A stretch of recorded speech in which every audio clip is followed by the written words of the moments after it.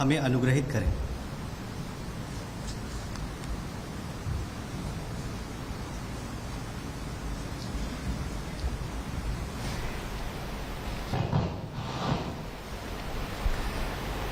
Honorable Governor of Uttarakhand, Lieutenant General Gurmeet Singh, a man who can fire you to unleash your energy. Always a pleasure to see him speak. He speaks out of his mind and expresses confidence for all of us that India will be a developed nation by 2047. My greetings to you, sir. Sri Sunil Kumar Gupta, Secretary to Vice President of India, an alumnus of IIT Kanpur, and one of the senior most officers in the highest cadre of Government of India.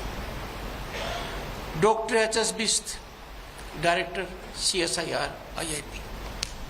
Sir, your address fructified, brevity the soul of it.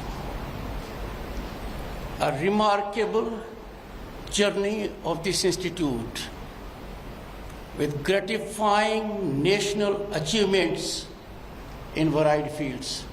I'll come to that a little later. Shri Anjum Sharma ji, Senior Controller of Administration, distinguished members of the faculty, staff, and most important, my dear students. Those who are in the back bench are not backbenchers. You just happen to be on the back bench. Am I right?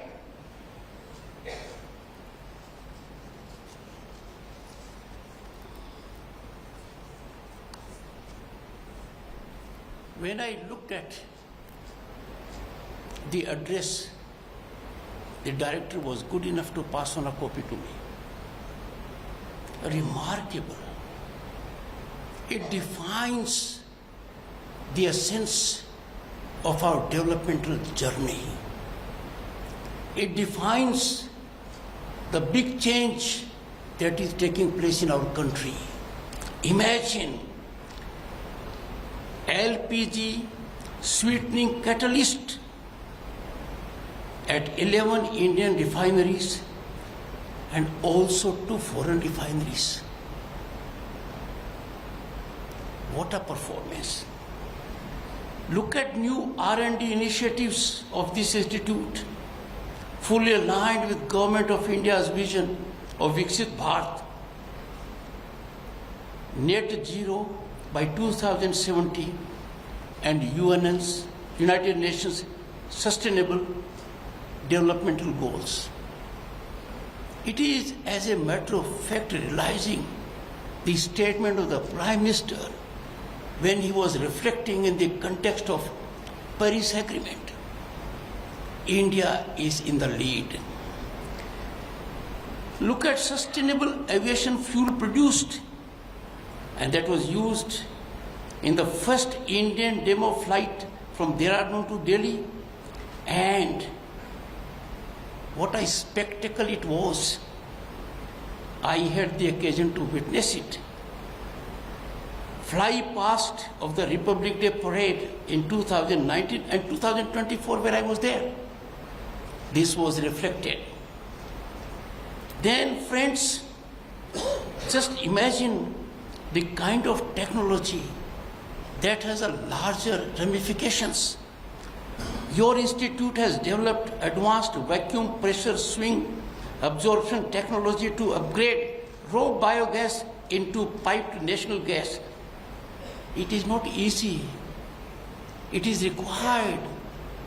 People will not catch up with the idea unless you are so developed. And the list is long, but I will make reference to 2 more.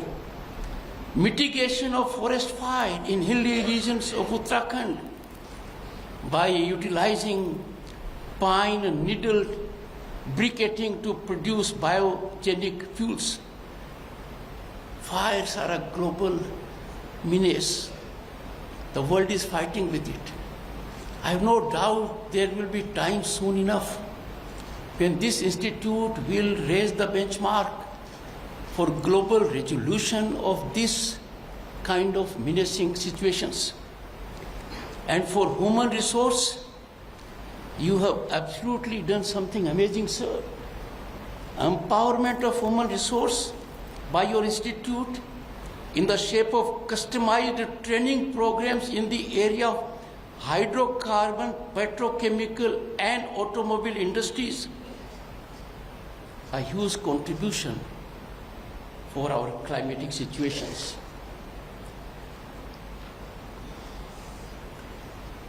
My young friends, I am delighted to be amongst you all in this institute, an institution that is at the forefront of nations' scientific innovations and endeavors.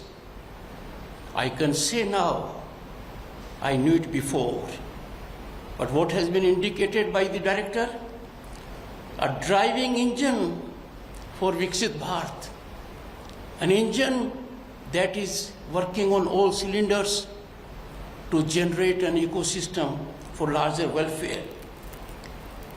Friends, the majestic Himalayas, serene rivers and lush forests of Uttarakhand, they remind us of our profound connection to nature, which is under threat. Nature, echoing the wisdom of Atharvaved, Prithvi Shukt. I'll say it. What does it say? Mata Bhumi hai, Putro Am Prithvya. I'll translate. The earth is our mother, and we are her children. This ancient insight encapsulates our duty to protect the earth, nurture it. Let me remind you, friends, this is an alert of the menace of climate change. And never forget, we do not have another planet to inhabit. We will have to take care of this planet when we have no option. There is a requirement of convergence of all stakeholders across the globe to contribute in whatever manner they can. This institute is doing its bit. Congratulations. Established in 1960, this institute has grown into an internationally renowned research and development organization. Supporting industry, we have noticed, global collaborations that have been indicated, and numerous patents and awards. This indeed is commendable, and the credit goes to the director, his team, the faculty, and the staff.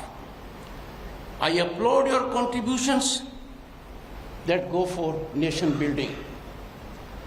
I congratulate, sir, your institute for developing a patented single-step catalytic process for producing biofuel from plant-derived materials and waste. It has been Prime Minister's clarion call that waste has to be converted into wealth. Your step is a step to realize the vision of the Prime Minister. This advancement is crucial in our quest for clean energy and a sustainable future. Clean energy is just not another option. It is the only option. If we do not have it, we will face existential challenge, and the same about sustainable future. I need not reflect on the various dimensions of sustainable future, but that's the only way of growth. Any other growth mechanism will be threatening to the planet. Friends, our world faces today, and as never before, unprecedented challenges requiring collaborative solutions. Climate change, biodiversity loss, and resource depletion threaten our very existence. And these are happening all over the globe. They are happening in our backyard. They are happening beyond our frontiers. These are urgent issues that demand bold action. And forums like this, laboratories like this, institutions like this provide vital platforms for collective dialogue and commitment. In our interconnected world, and the world has never been so interconnected as during our times. Anything happening in any part of the world is known to us. It affects us. It generates problems for us. We must realize that these challenges that transcend borders, conflagrations in any part of the world. We may not be directly impacted by those conflagrations, but we get affected. And they affect whom? They affect most vulnerable communities and ecosystems globally. We must adopt people and nature-centric approaches with global leadership driving the mainstreaming of environmental protection and climate justice at all levels. These are issues that are deeply embedded in our civilization, in our scriptures. Fortunately, India's leadership in this global effort is heartening. It's getting traction globally and globally acclaimed also. The government has demonstrated unwavering commitment to sustainable development and environmental stewardship, from ambitious renewable energy targets to initiatives balancing economic growth with ecological preservation. People from outside this country are wonder-struck when they move into the countryside and find that renewable energy is becoming the normal. It's a new norm. It has reached the farmer, the village, the distant corner. The transition to clean and renewable energy is a cornerstone of sustainable development, mitigating climate change impacts while fostering economic growth and innovation. If we do not get into the groove of clean and renewable energy, our efforts for development will go down the drain. To preserve our efforts, to realize the fruits of our efforts, our commitment to this has to be absolutely unqualified and of the highest order. The world has acknowledged India's commitments by way of its actions, such as the launch of the Global Biofuel Alliance during G20 summit in 2023. It was a historic development, appreciated by all. But India took the lead during G20, a significant step towards a sustainable energy future and hence sustainable development and hence consequently a planet that will be habitable. India aims to become carbon neutral by 2070 and is expanding biofuel use in its transport sector. You must be getting from media day in and day out that this is getting traction. The use is getting increasingly more important. Electric vehicles, once there was a time it was a dream. It's now a ground reality. They are receiving unprecedented support, and the circular economy of which the Prime Minister talked from the Red Fort In 2014, it has turned into a revolutionary moment. This is increasingly getting emphasized in all our actions. However, friends, we must also focus on the optimal utilization and preservation of natural resources. They are limited. They are given by the nature. They are not for the benefit of an individual. We are in trusteeship of those resources. So there has to be optimal utilization and preservation of natural resources. And the utilization has to be based on our usage of actual minimal needs. It can't be dictated by our financial power. I have a word of caution for those who use natural resources because they can afford by virtue of their fiscal muscle. They must never forget they are part of this earth. They are part of this system.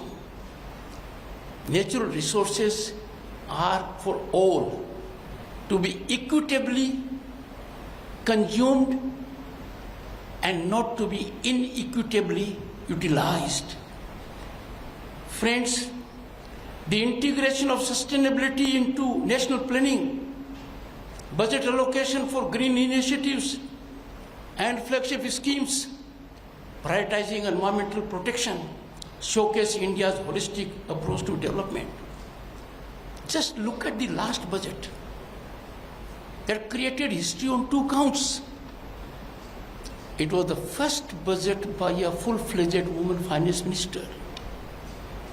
Second, history was created, it was 7th budget in a row by any finance minister, overtaking the record of late Shri Morarji Desai. Both had one interim budget.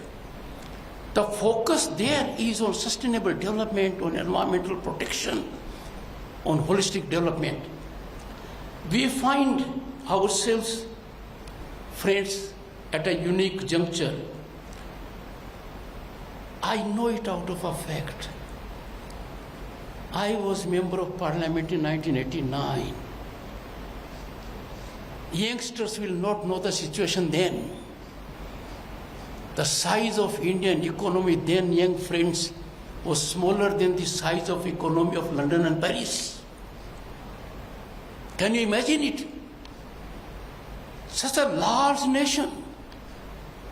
The size of economy in 1990 was smaller than the economy of London or Paris. Just a decade ago, we were amongst fragile 5 economies.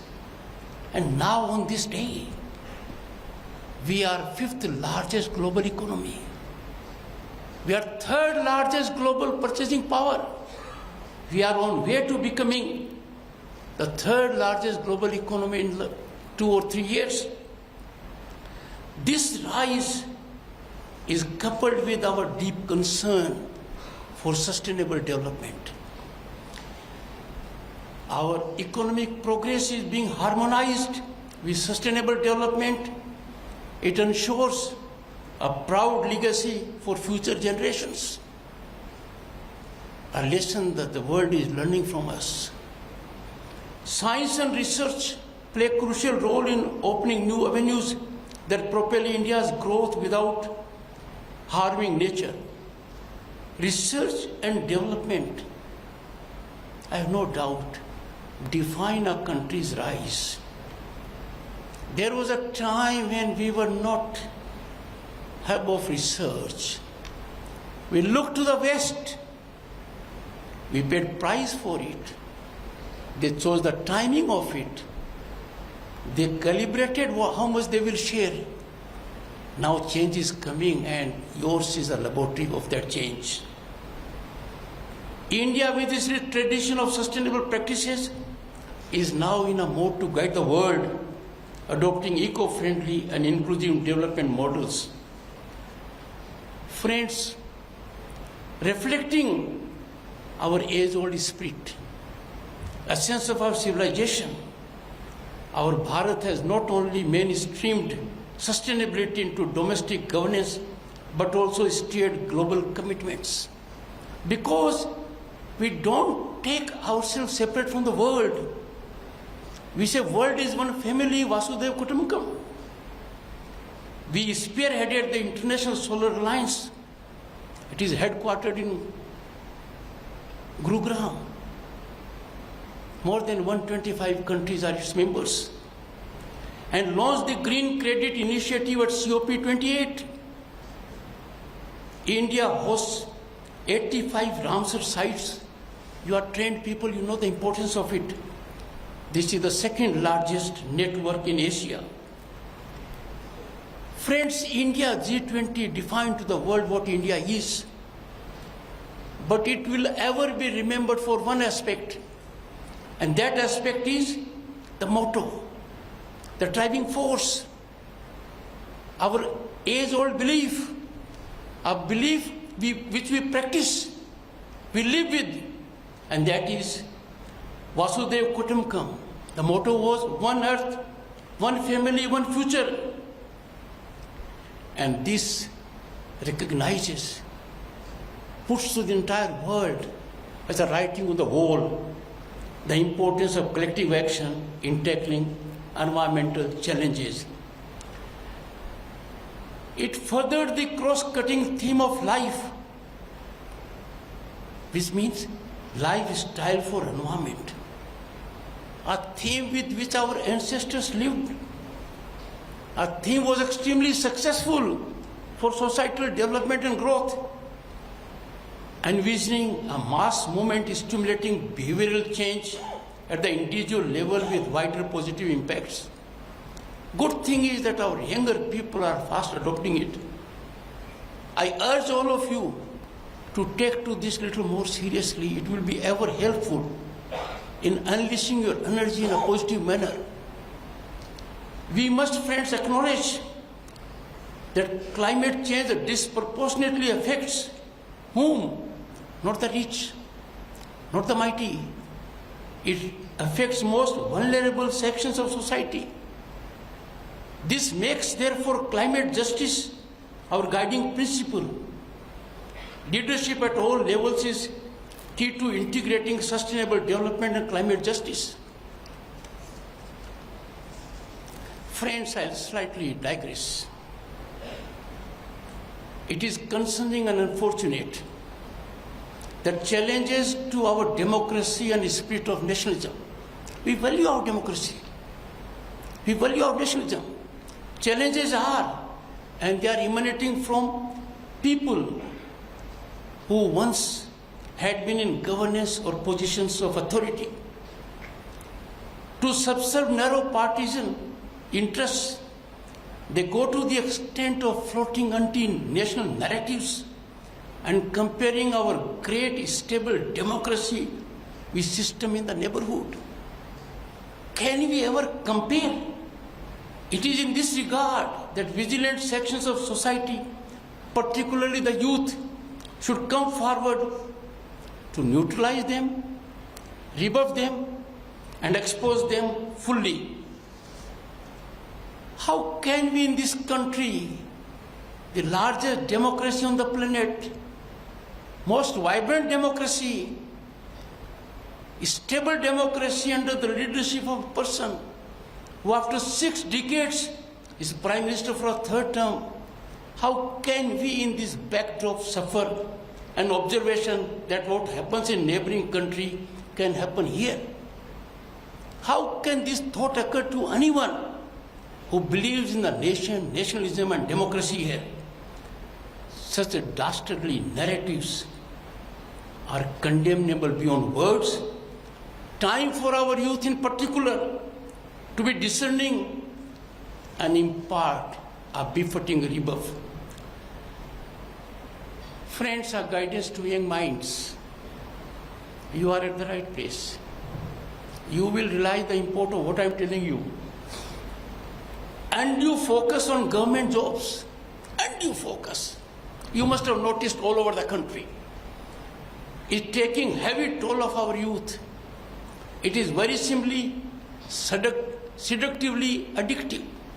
Our youth are choking in silos, unmindful of amazing opportunity vistas. Remember what the IMF said. The IMF accolade that India is favorite global destination of investment and opportunities. It is not premised on government jobs. It is premised on the avenues that are otherwise available. Our youth have to understand it. Enormous opportunity vistas are available in various fields. Our youth can make their career and make contributions for national and global welfare. From that perspective, friends, it is an urgent need to de-silo governmental opportunities. Time for our youth, time for you to avail and experience the new areas that await on sea, on land, on sky and space for exploration, exploitation of talent, realization of potential and fructifying of ambitions. Friends,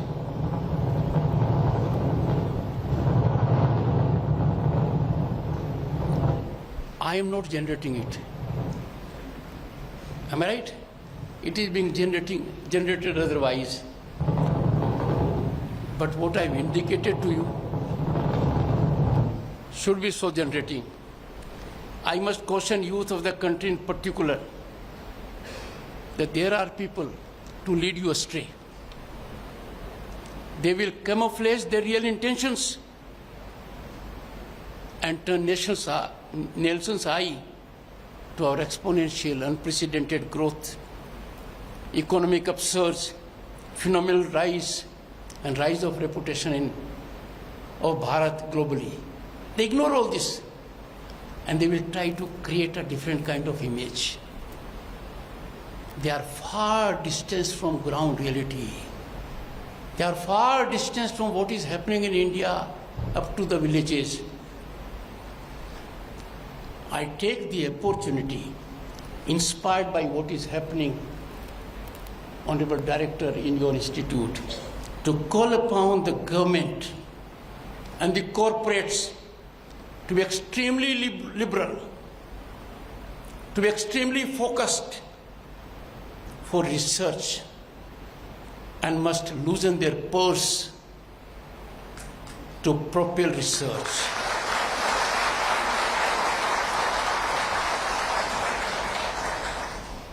Every rupee spent by them will contribute for nation's growth and global welfare. Friends, it is time for us not to look to the West. It is time for West to look at us. They must look to India for development of technology, research. We have brilliant minds. Our DNA is very different. Global recognition has taken place in the shape of our human resource, leading corporate giants. By way of illustration, let me tell you, we never imagined India is a nation in single digit that is focusing on quantum computing by way of a quantum computing mission, green hydrogen mission. And this is not just on paper. Quantum computing, 6,000 crores were allocated. Green hydrogen mission, 19,000 crores have been allocated. Commercial exploitation of 6G technology will take place from 2025 to 2030. These are some of the areas where we are amongst the League of Nations that are in the front line. I have no doubt, friends, my young friends in particular, India's rise, continual rise, incremental rise is assured because of its demographic youth power. All that we need to do at the moment is to make every effort that we always keep our national interest uppermost. We have to keep it above self-interest. We have to keep it above partisan interest. I expect everyone in the country, particularly political parties, they will have their views, they must have. Their views will be with variance with one another. But when it comes to national welfare, nationalism and development, they must not look to the political prism. they must have non-partisan stance to that and bipartisan approach so that our development gets accelerated.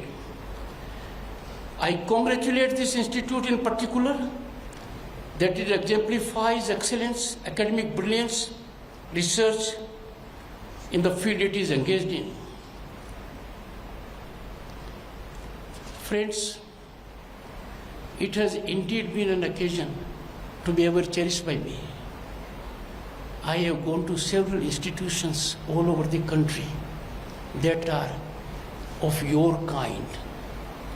Wherever I have gone, my confidence has always been strengthened that as a nation, we are rising in technology and research.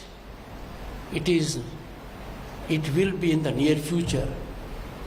We will see a Bharat leading in various fields in which earlier we were at the mercy of others.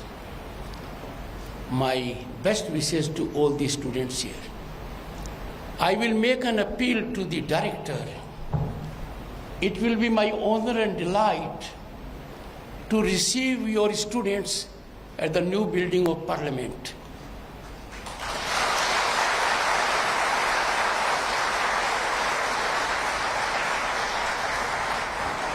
If I would be in town, I'll spend time with you. Please come in batches. Our hearts are very close to each other and the distance is not large. I am sure it will start. My office will be in touch with your office. I think the first 2 batches make it in September. Thank you so much for your patience.